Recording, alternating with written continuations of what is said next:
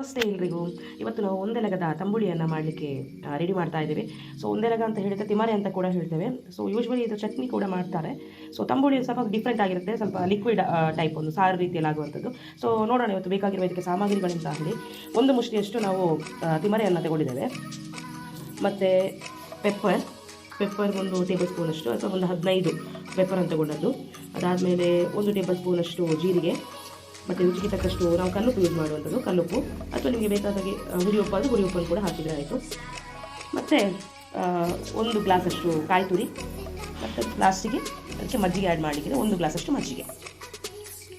ಇವಾಗ ರುಬ್ಬಿಕೊಳ್ಳಿಕ್ಕೆ ಮಿಕ್ಸಿ ಜಾರ್ಗೆ ಕಾಯಿ ತುರಿ ಮತ್ತು ಇದು ತಿಮರೆ